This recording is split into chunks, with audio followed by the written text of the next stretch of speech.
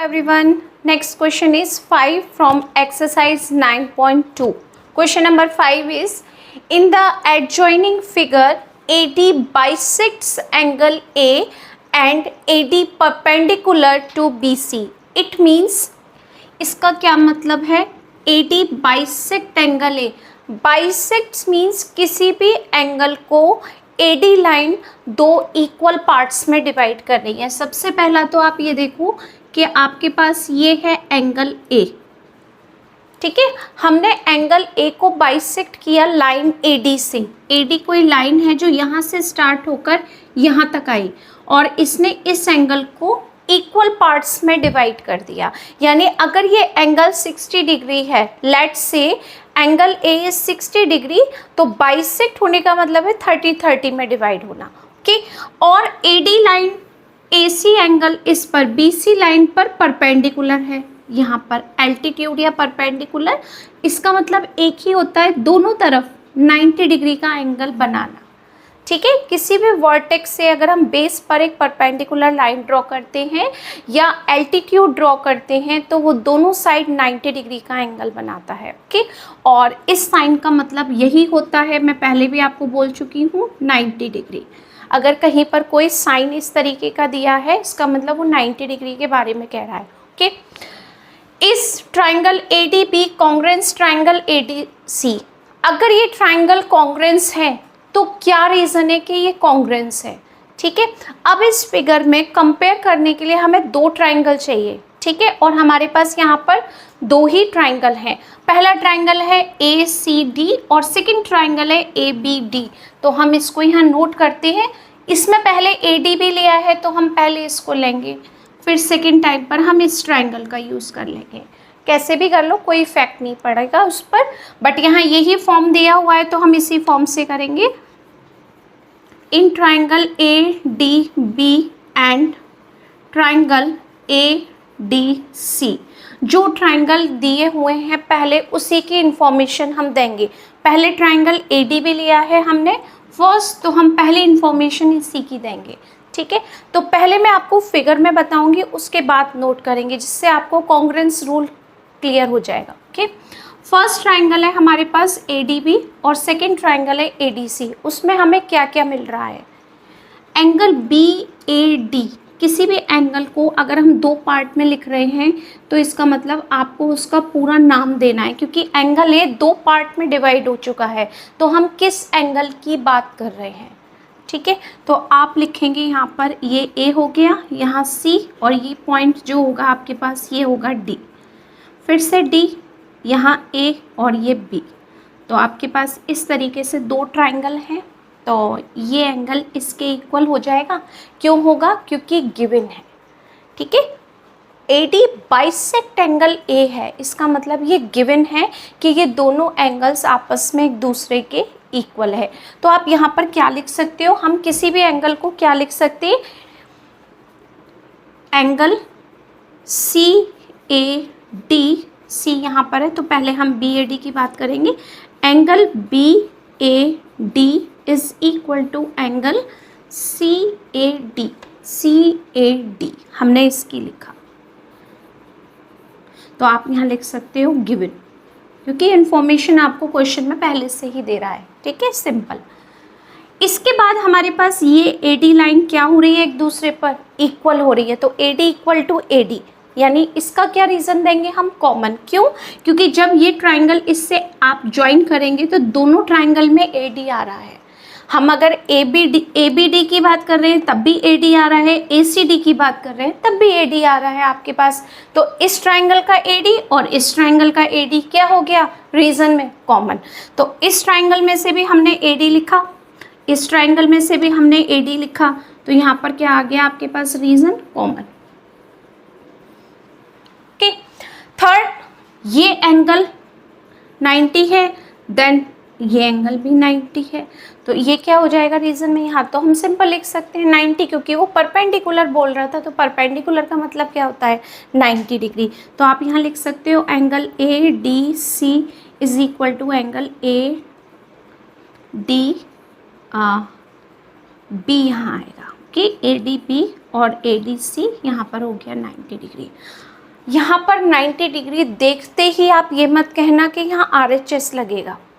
Right तो rule है, right side भी मिल गई, लेकिन हाइपोटेनियस आपको नहीं मिला, ये वाली साइड आपको इक्वल नहीं मिली। इसका मतलब यहाँ RHS रूल अप्लाई नहीं होगा। यहाँ किस रूल को हमने अप्लाई किया? RHS कब होता है? जब 90 के ठीक अपोजिट में जो साइड होती है, जब तक वो आपको नहीं मिलेगी तब तक आप RHS नहीं लगाएंगे। ठीक है, अब यहाँ पर आपको कौन सा रूल मिला? Angle side angle. ये एंगल मिला, ये साइड मिली और ये एंगल मिला। इसमें ये एंगल मिला, ये साइड मिली और ये एंगल। तो कौन सा रूल अप्लाई किया हमने? By angle side angle congruence rule. Congruence rule क्या हो गया? ट्राइंगल ADB कॉन्ग्रेंस हो गया ट्राइंगल ADC के। उसने यहाँ पर रीज़न पूछा था वाई, ये दोनों ट्राइंगल कॉन्ग्रेंस क्यों है? एंगल साइड एंगल की वजह से ये कॉन्ग्रेंस है। नेक्स्ट स्टेप में उसने पूछा है BD is equal to DC के हो सकता है, क्या हम इस ट्राइंगल का BD पार्ट DC के इक्वल कर सकते हैं? C पार्ट में पूछा है क्या एंगल C एंगल B के इक्वल हो सकता है? यस, क्योंकि ये तो करस्पॉन्डिंग पार्ट है। जब हमारा ट्राइंगल ही कॉन्ग्रेंस हो गया तो ये तो करस्पॉन्डिंग पार्ट्स हम इक्वल लिख सकते हैं बाई CPCT या by corresponding parts of congruence triangle. Corresponding parts of congruence triangle. अगर आप ये रीज़न यहाँ पर दे देंगे तो आप डायरेक्ट लिख सकते हैं कॉन्ग्रेंस ट्राइंगल। तब आप यहाँ पर ये पूरा रीज़न दे सकते हैं। B part BD is equal to DC के हो जाएगा और C पार्ट में angle B is equal to angle C के पॉसिबल है। क्यों? क्योंकि उसने पूछा ये दोनों इक्वल क्यों हो सकते हैं? क्योंकि corresponding part of congruence triangle यानी बाई CPCT ये इक्वल हो जाएंगे। ट्राइंगल कॉन्ग्रेंस कर दिया, ये तो करस्पॉन्डिंग पार्ट थे, तो ये इजीली प्रूफ हो सकते हैं। Okay, next question is 6 in the adjoining figure AB parallel to CD, AB parallel to CD and AB is equal to CD। Okay, parallel भी है और इक्वल भी है। तो इससे पहले मैं आपको एक छोटी सा कंसेप्ट बता देती हूँ कि जब टू लाइंस पैरेलल होती हैं, वो इस फॉर्म में हो या वो इस तरीके की फॉर्म में होती है, और अगर एक ट्रांसवर्सल लाइन उसको कट करती है, okay, two lines are parallel and one line is a transversal line, these angles are alternate interior angle. Okay, ये ऑल्टरनेट इंटीरियर एंगल होते हैं इस टाइप से। यानी आप अगर Z की फॉर्म में आ जाते हैं टू पैरेलल लाइंस में तो वो आपको ऑल्टरनेट इंटीरियर एंगल देते हैं और वो टू एंगल्स इक्वल होते हैं। वही सिचुएशन कुछ यहाँ पर भी हमारे साथ में आएगी। अब आपको वो ये कह रहा है कि ये दोनों लाइन इक्वल भी है और पैरेलल भी। उसने आपसे फर्स्ट क्वेश्चन में पूछा है, फर्स्ट पार्ट में BAC is equal to CDA। पढ़ते हैं BAC क्या है? BAC इसका मतलब ये एंगल किसके इक्वल है? DCA। DCA यानी वो इस एंगल की बात कर रहा है आपसे। तो हम देखते क्या ये Z की इंफॉर्मेशन में है, Z की फॉर्म में है। ये देखो लाइंस तो यही पैरेलल हैं, मैंने ये टू लाइंस को पैरेलल बनाया। AB पैरेलल किसके है? CD के। और AD इज़ अ ट्रांसवर्सल, ये ट्रांसवर्सल का काम करेगा। तो देखो Z बना, ये दोनों एंगल्स इक्वल है। क्या रीज़न देंगे हम इसका? उसने पूछा है वाई, ये दोनों एंगल्स इक्वल क्यों हैं? क्योंकि ऑल्टरनेट इंटीरियर एंगल्स हैं, इसलिए ये दोनों एंगल्स इक्वल है। करेक्ट, तो पहला आंसर आपको मिल गया। फर्स्ट में हम लिख सकते हैं, पूरी इंफॉर्मेशन भी दे सकते हैं, AB parallel to CD and AD is a transversal. AD is a transversal. काम किया तो आपके पास ये एंगल्स इक्वल होंगे। BAC is equal to angle DCA। क्या रीज़न दिया हमने इसमें? Alternate interior angle, okay, alternate interior angles, इसलिए ये इक्वल है। फर्स्ट पार्ट हो गया आपका कंप्लीट। अब करते हैं बी। बी में है ट्राइंगल ABC। अब यहाँ पर जब आपने ये फिगर प्लॉट की तो हमें इसमें 2 ट्राइंगल्स शो हो रहे हैं। पहला ट्राइंगल ABC और दूसरा ट्राइंगल ADC या CDA, जिस तरीके से भी उसने पढ़ा है। ये एक कलर मैंने कर दिया आपके लिए ये ट्राइंगल का, और एक हो गया आपके पास सेकंड ये ट्राइंगल, ठीक है। उसने कहा है कि ये 2 ट्राइंगल्स कॉन्ग्रेंट हैं, तो क्या रीज़न है? In triangle ABC and triangle CDA। देखते हैं क्या क्या हमें इसमें मिलता है। सबसे पहला तो इस ट्राइंगल का जो मैंने ब्लू कलर से लिखा है पूरा ही लिख देती हूँ, AB और यहाँ पर हो गया C और ये D हो गया आपके लिए, ठीक है। इस ट्राइंगल में ये AB इज इक्वल टू किसके है? CD के। गिवन है आपको, एक ट्राइंगल ये है, एक ट्राइंगल ये है, जिसमें हमें इस ट्राइंगल की ये साइड AB इस ट्राइंगल की साइड CD के इक्वल है। ये रीज़न आपको गिवन में इसका रीज़न देना है, सॉरी गिवन, क्योंकि क्वेश्चन में है ये। तो आप क्या लिखेंगे, और मार्क्ड भी है ये आपके लिए, AB is equal to CD। Reason हो गया गिवन, ओके। BAC इस लाइन के बाद, इसको इक्वल करने के बाद हमारे पास ये एंगल शो हो रहा है, यानी अगर ये साइड मिली तो हमें ये एंगल्स भी इक्वल मिल रहे हैं। इस ट्राइंगल का एंगल ये और अपोजिट ट्राइंगल का एंगल C इक्वल है, बट पूरा नाम लिखेंगे क्योंकि बीच में से पार्ट हो रहा है। इसके लिए BAC is equal to angle DCA, जो हमने अभी पता किया था कि क्यों ये इक्वल है, तो उसका रीज़न लिखा था ऑल्टरनेट इंटीरियर एंगल। इसको शॉर्ट में हम लिख सकते हैं ऑल्टरनेट इंटीरियर एंगल, ठीक है, AIA। Third part AC is equal to AC common. अब तो आपको समझ में आ गया होगा कि कॉमन हम कैसे लेते हैं। हमने ABC ट्राइंगल बनाया तब भी AC आया, हमने CAD ट्राइंगल बनाया तब भी हमें A मिला, तो इसका मतलब क्या लिख सकते हैं हम? AC is equal to AC। इसका रीज़न दिया common,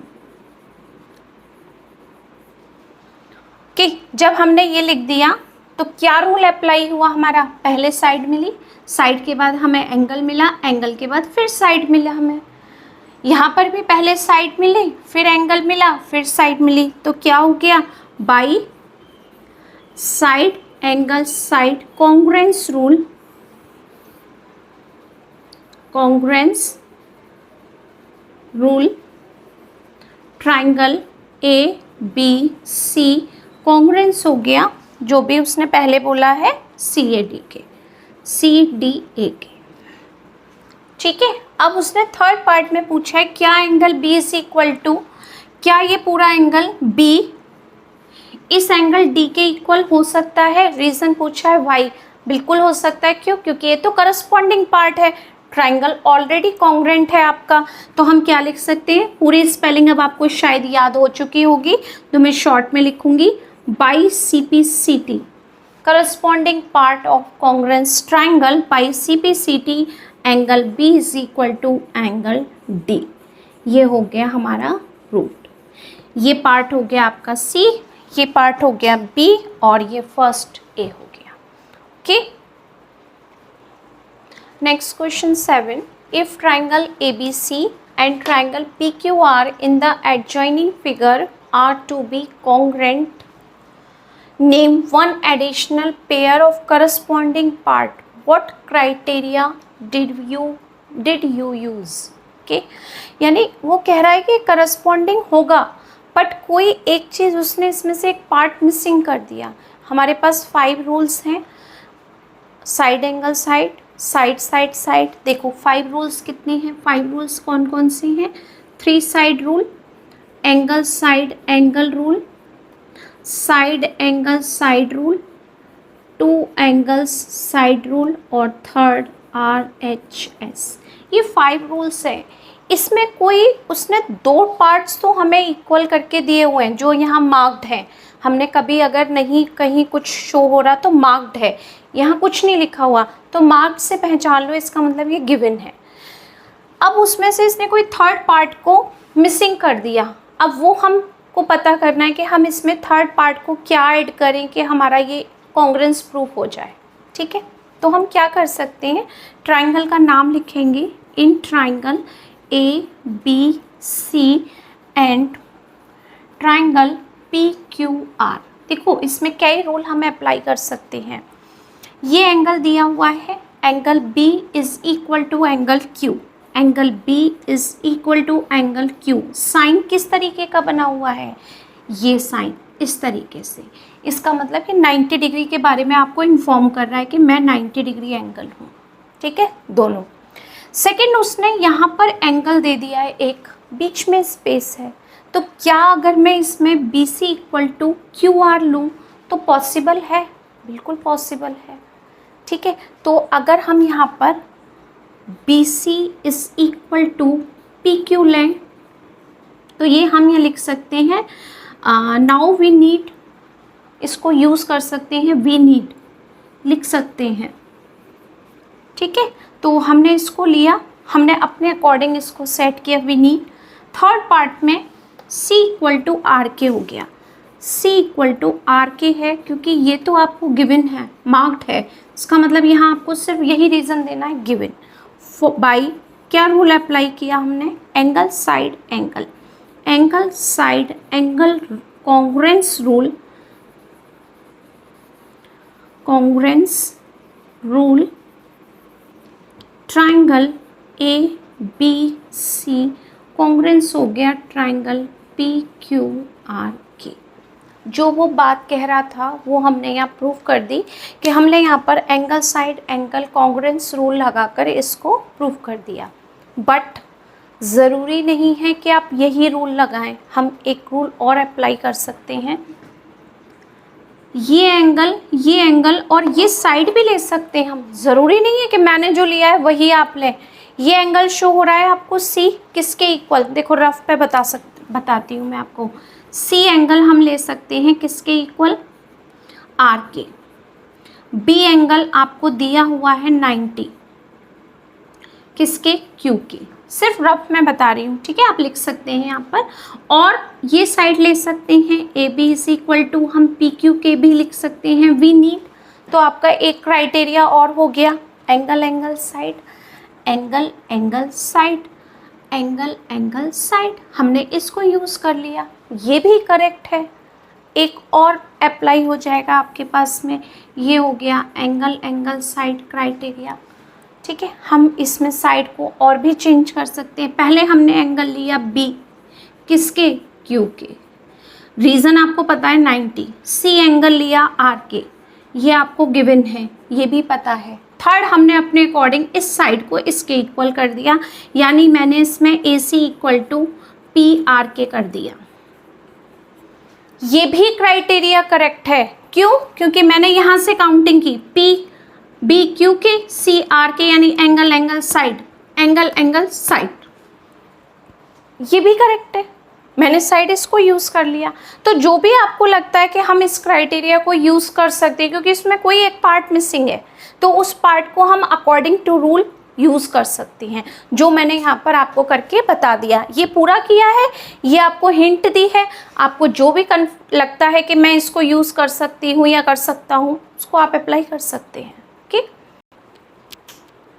next question 8, in triangle PQR, PQ given, QR given, R given. ठीक है, हमने यहाँ पर ट्राइंगल बनाया, फिगर गिवन नहीं है, हमें प्लॉट करनी है, तो हमने यहाँ ट्राइंगल बनाया PQR। PQ 5 centimetre, 5 centimetre, R आपको दिया है 70 डिग्री और QR दिया है 6 सेंटीमीटर।